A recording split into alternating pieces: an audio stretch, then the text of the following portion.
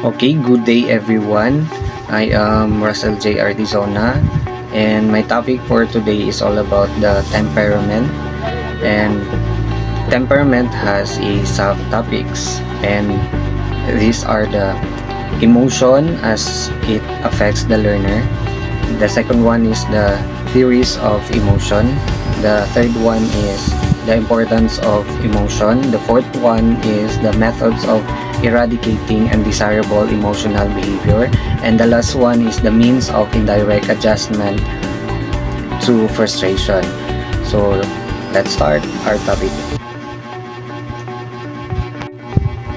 Temperament, which refers to a certain emotional predisposition of an individual. Experiences affect our emotion by varying degrees, thereby render our emotional state pleasant or unpleasant. Characteristics. Number 1 is activity. Number 2, regularity. Number 3, initial reaction or withdrawal. Number 4 is adaptability. Number 5, intensity. Number 6, mood. Number 7, destructibility. And number 8, resistance and attention span. And number 9, sensitivity. There are 4 types of temperament. Number 1 is the choleric. Number 2 is the melancholic. Number 3 is sanguine. Number 4 is phlegmatic. For choleric, these personality are ambitious and leader-like. They are driven and motivated individuals. They strive for excellence and have a strong need to make an impact. And melancholic are the analytic and the lateral, or also they are withdrawn, serious, suspicious, and sad. And sanguine are the personality where pleasure seeking and sociable. Also, they are extroverted, fun-loving, social person who activity prone, entertaining, persuasive, easily amused, and optimistic. And the last one is the phlegmatic. So this personality are relaxed and thoughtful, and also they are peaceful, friendly, and harmonious in their interaction with others. And that's the 4 types of temperament. Okay, how emotion as is affect to the learner. Emotion is stirred up state of disorganized behavior caused by a situation the individual cannot cope with. This caused by the increase or restricted granular activities. Okay, there are theories of emotions. The different theories of emotions are: number 1, evolutionary theory by Stanley, Rudschmidt, Spencer, and Darwin. According to them, emotion is the primitive matrix from which all later mental powers are developed. And number 2 is James Lange theory. According to this theory, bodily changes are antecedents of mental state. Bodily changes occur before emotional reaction. And the third one is the Cannon-Dana theory. According to this theory, emotion is a result of action and reaction of a cerebral cortex and the encephalon, or a part of the brain. Bodily changes are not antecedents nor consequence for the conscious mental states. And the last one is the emergency or conflict theory. This theory states that emotion is a mechanism that enables an individual to meet conflicts or emergencies. Now, what are the importance of emotions?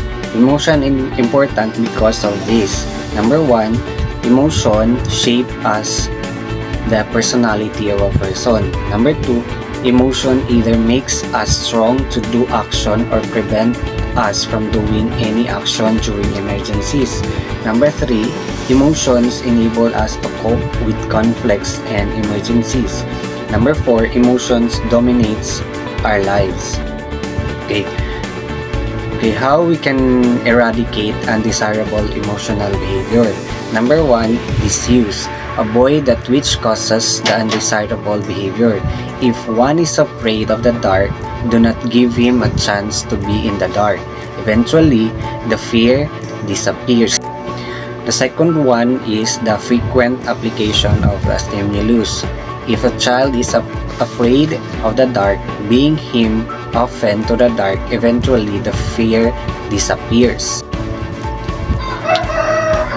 The third one is ridicule or scorn. If a male child is fearful of the dark, call him a coward. If you're not a man, example, his pride will dare him to go into the dark. So you will challenge the child to go in the dark. So pag hindi niya yung nagawa, you can call him coward. And number 4, social imitation. If a child is afraid of puppies, show him that other persons are not afraid of puppies, that he can handle them without getting harmed. So, example mo yung ibang tao so that the child cannot be afraid in puppies. So, let the child hold the puppy and say that it cannot harm you. So, yun yung dapat sabihin sa bata. Okay, number 5 is the verbal appeal. Give as many plausible reasons as possible against an desirable emotional attitude. Number 6 is the reconditioning. If a child does not like to take a medicine because it's bitter, make the medicine sweet. So, if the child doesn't like the taste, then make another source of strategy on how to make the child drink the medicine. So if the taste of the medicine is bitter or mapait, so gawin mo siyang matamis para maiba naman yung lasa niya, so that ang bata makapag mainom niya na yung gamot. So that is reconditioning. Okay, next, the mean of indirect adjustment to frustration. There are many ways of adjusting to frustration. Some of these are the following. Number 1, sublimation or substitution.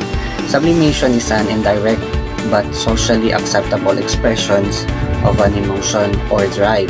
Substitution, on the other hand, is replacing an activity for another in which the individual fails to excel. Halimbawa, yung bata hindi siya nag-excel sa academically. So, ang gagawin mo is maghanap ka ng mga bagay na mag-excel siya. So, that is substitution. So, hanapan mo siya. For example, hindi siya sa academic, so baka sa mga extracurricular mas magaling siya doon.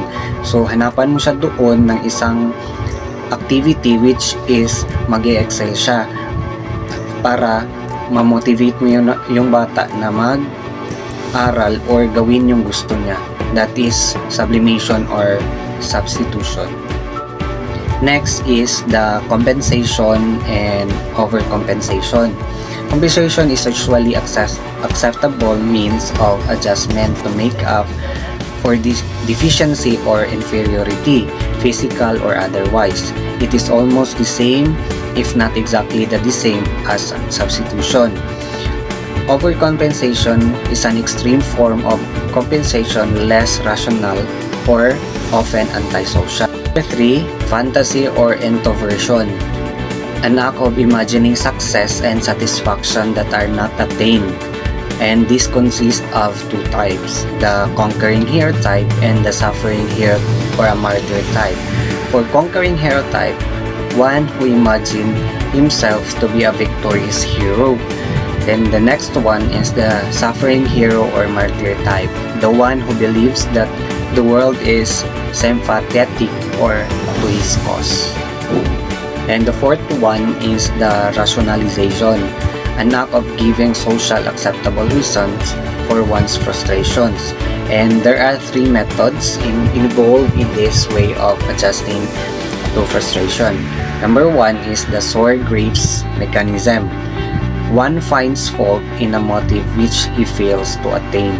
So, hanapan mo siya ng mali at doon siya laging nagkakamali. So doon sa mali na yon, bigyan mo siya ng mga reasons bakit yon nagagawa.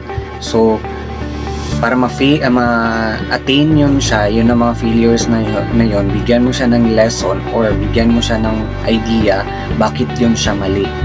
Para ma-motivate siya na every time na makikita niya yon or gagawin niya yon, makikita niya na mali, and ma-motivate siya na hindi gawin yung isang bagay na yon.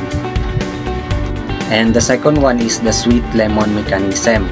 One finds satisfaction in his failure because it is blessings in disguise. So, minsan, yung failure, di ba, mga scientists, minsan, di ba, failure yung lahat ng nagawa nila. So blessing in disguise daw yun siya. So, nakagawa sila, for example, the penicillin, di ba? It is for a bomb. Pero ang nangyari, nagiging gamot siya. So, blessing in disguise. So, next one is the projection. Act of blaming somebody or something for one's failure. So, ito yung blaming strategy na naman. So, kung ikaw nagkamali, parang gina-ano mo sa iba, blame mo yung iba, even ikaw yung yung nagkakamali. Number 5 is the simulation of physical ailments. This is composed of two types. Number 1 is the hysteria and number 2 is the neurasthenia. Okay, hysteria is the simulation of localized ailments. Usually, it is a combination of screaming and crying, and the second one is the neurasthenia, simulation of generalized bodily ailments. A nervous breakdown is an event. Okay, number 6 is the nomadism, an act of wandering endlessly, and number 7 is the regression, an act of submerging into the subconscious state of forgetting. And number 8 is the delusions. These are strong beliefs in things opposite to reality. And number 9, escape through alcohol and drugs, an act of excessive drinking of liquor and taking of prohibited drugs to forget of ease up frustration. And that's the end of my presentation. Thank you very much. And once again, I am Russell J. Artizona. Thank you for listening. Bye bye.